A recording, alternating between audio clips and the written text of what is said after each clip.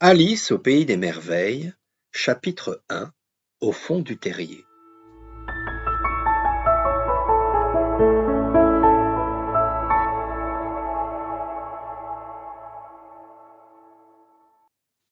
Alice, assise auprès de sa sœur sur le gazon, commençait à s'ennuyer de rester là à ne rien faire. Une ou deux fois, elle avait jeté un coup d'œil sur le livre que lisait sa sœur, mais il ne contenait ni images ni dialogue. Et, pensait Alice, à quoi peut bien servir un livre sans images ni dialogue? Elle s'était mise à réfléchir, tant bien que mal, car la chaleur du jour l'endormait et la rendait lourde, se demandant si le plaisir de faire une couronne de marguerites valait bien la peine de se lever et de cueillir des fleurs, quand tout à coup, un lapin blanc aux yeux roses passa près d'elle. Il n'y avait rien là de bien étonnant, et Alice ne trouva même pas très extraordinaire d'entendre parler le lapin qui se disait « Ah, j'arriverai trop tard !» En y songeant après, il lui sembla bien qu'elle aurait dû s'en étonner, mais sur le moment, cela lui avait paru tout naturel. Cependant, quand le lapin vint à tirer une montre de son gousset, la regarda, puis se prit à courir de plus belle, Alice sauta sur ses pieds, frappée de cette idée que jamais elle n'avait vu de lapin avec un gousset et une montre. Entraînée par la curiosité, elle s'élança sur ses traces à travers le champ et arriva tout juste à temps pour le voir disparaître dans un large trou au pied d'une haie. Un instant plus tard, Alice était à la poursuite du lapin dans le terrier, sans songer comment elle s'en sortirait. Pendant un bout de chemin, le trou allait tout droit comme un tunnel, puis tout à coup, il plongeait perpendiculairement d'une façon si brusque qu'Alice se sentit tomber comme dans un puits d'une grande profondeur, avant même d'avoir pensé à se retenir.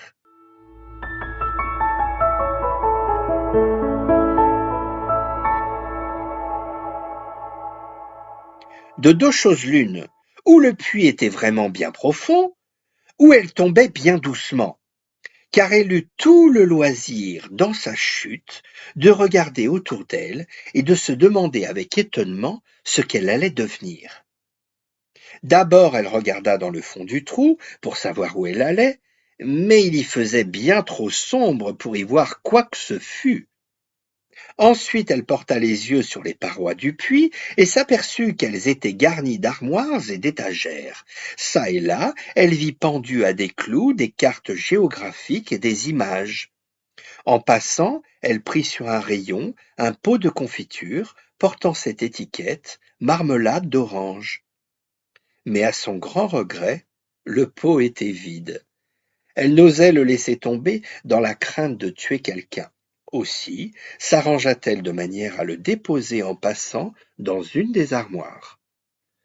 Certes, dit Alice, après une chute pareille, je me moquerais pas mal de dégringoler l'escalier. Comme ils vont me trouver courageuse chez nous, je tomberai du haut des toits que je ne ferai pas entendre une plainte, ce qui était bien probable. Plus bas, encore plus bas, toujours plus bas. Cette chute n'en finira donc jamais. Je suis curieuse de savoir combien de kilomètres j'ai déjà fait, dit-elle tout haut. Je dois être bien près du centre de la Terre. Voyons, cela ferait une chute de 6 à 7 000 kilomètres de profondeur, il me semble. Comme vous voyez, Alice avait appris pas mal de choses dans ses leçons, et bien que ce ne fût pas là une très bonne occasion de faire parade de son savoir, vu qu'il n'y avait point d'auditeurs, c'était pourtant un bon exercice que de répéter sa leçon. Oui, ça doit être la bonne distance. Mais alors, à quel degré de latitude ou de longitude est-ce que je me trouve? Alice n'avait pas la moindre idée de ce que voulait dire latitude ou longitude, mais ces grands mots lui paraissaient jolis à prononcer. Bientôt elle reprit. Si j'allais traverser complètement la terre, comme ça serait drôle de se trouver au milieu de gens qui marchent la tête en bas. Les antipathiques, je crois. Elle n'était pas fâchée cette fois qu'il n'y eût personne là pour entendre, car ce mot ne lui faisait pas l'effet d'être bien juste. Eh, mais j'aurais alors demandé le nom du pays. Pardon, madame, est-ce ici la Nouvelle-Zélande ou l'Australie? En même temps, elle essaya de faire la révérence. Quelle idée! Faire la révérence en l'air. Dites-moi un peu comment vous y prendriez-vous? Quelle petite ignorante, pensera la dame quand je lui poserai cette question. Non, il ne faut pas demander cela. Peut-être le verrai-je écrit quelque part. Plus bas, toujours plus bas, encore plus bas. Donc, Alice, faute d'avoir rien de mieux à faire, se remit à se parler.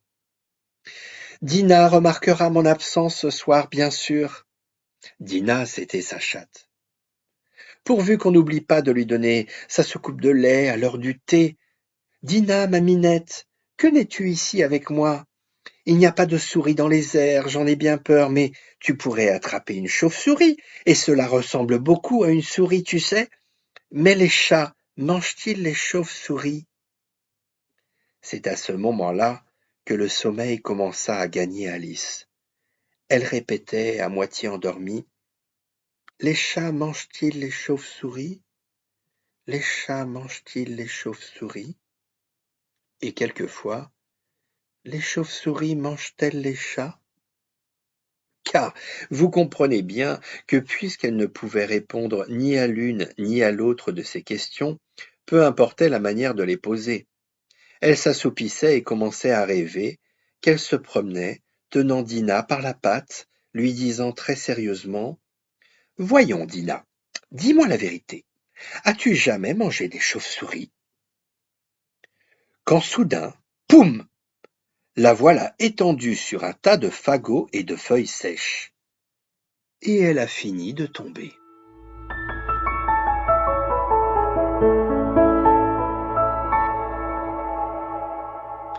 Alice ne s'était pas fait le moindre mal. Vite, elle se remet sur ses pieds et regarde en l'air. Mais tout est noir là-haut. Elle voit devant elle un long passage et le lapin blanc qui court à toutes jambes. Il n'y a pas un instant à perdre. Alice part comme le vent et arrive tout juste à temps pour entendre le lapin dire, tandis qu'il tourne le coin, par ma moustache et mes oreilles, comme il se fait tard. Elle n'en était plus qu'à 2 pas, mais le coin tourné, le lapin avait disparu. Elle se trouva alors dans une salle longue et basse, éclairée par une rangée de lampes pendues au plafond. Il y avait des portes tout autour de la salle. Ces portes étaient toutes fermées, et après avoir vainement tenté d'ouvrir celle du côté droit, puis celle du côté gauche, Alice se promena tristement au beau milieu de cette salle, se demandant comment elle en sortirait. Tout à coup, elle rencontra sur son passage une petite table à 3 pieds, en verre massif, et rien dessus qu'une toute petite clé d'or.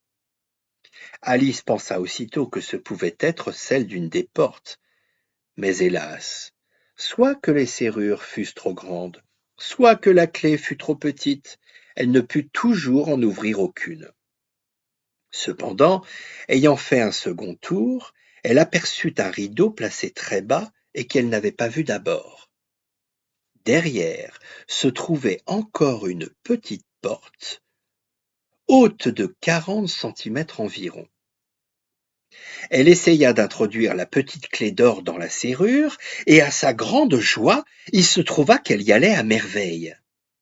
Alice ouvrit la porte et vit qu'elle conduisait dans un étroit passage à peine plus large qu'un trou à rat. Elle s'agenouilla, et jetant un coup d'œil le long du passage, elle découvrit le plus ravissant jardin du monde. Ah! Qu'il lui tardait de sortir de cette salle ténébreuse et d'aller se promener au milieu de ces parterres de fleurs éblouissantes, de ces fraîches fontaines. Mais sa tête ne pouvait même pas passer par la porte, et quand même ma tête y passerait, pensait Alice. À quoi cela servirait-il sans mes épaules? Oh, que je voudrais donc avoir la faculté de me replier comme une longue-vue. Ça se pourrait peut-être, si je savais comment m'y prendre.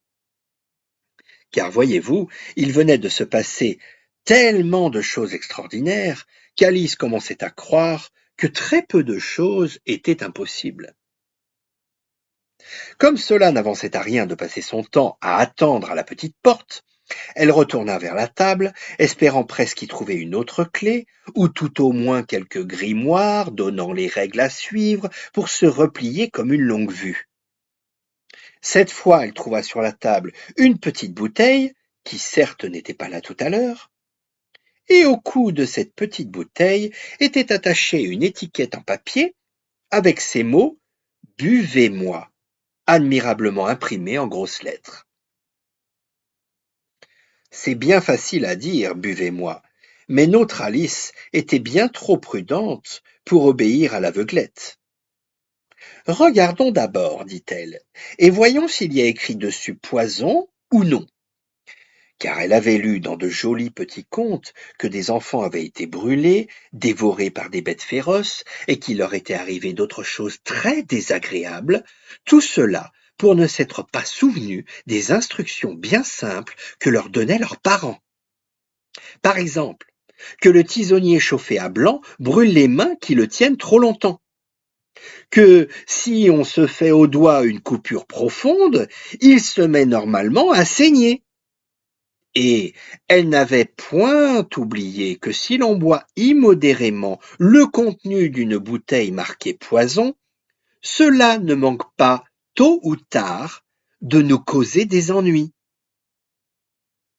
Cependant, comme cette bouteille ne portait pas l'indication poison, Alice se hasarda à en goûter le contenu. Et, le trouvant fort bon, en fait, c'était comme un mélange de tarte aux cerises, de crème, d'ananas, de dinde truffée, de nougat et de rôti au beurre. Eh bien, elle eut bientôt tout avalé. « Oh, je me sens toute drôle, dit Alice. On dirait que je rentre en moi-même et que je me replie comme une longue-vue. » C'est bien ce qui arrivait en effet. Elle n'avait plus que 25 centimètres de haut, et un éclair de joie passa sur son visage à la pensée qu'elle était maintenant de la grandeur voulue pour pénétrer par la petite porte dans ce beau jardin. Elle attendit pourtant quelques minutes pour voir si elle allait rapetisser encore. Cela lui faisait bien un peu peur. « Imaginez donc, se disait Alice, je pourrais bien finir par m'éteindre comme une chandelle. Que deviendrais-je alors ?»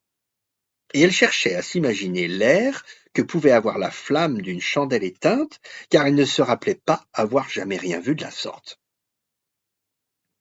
Au bout d'un moment, voyant qu'il ne se passait plus rien, elle décida d'aller immédiatement dans le jardin. Mais hélas, pauvre Alice, en arrivant à la porte, elle s'aperçut qu'elle avait oublié la petite clé d'or.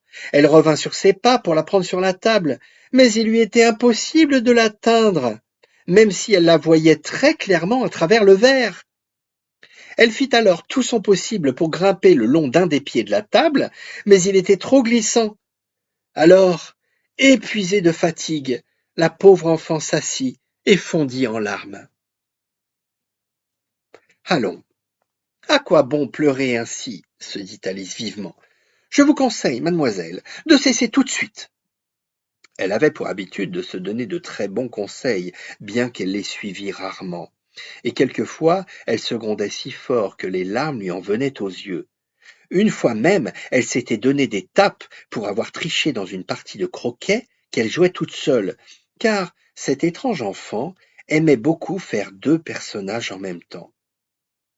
Mais, pensa la pauvre Alice, il n'y a plus moyen de faire semblant d'être deux, à présent qu'il me reste à peine de quoi faire une seule personne digne de ce nom.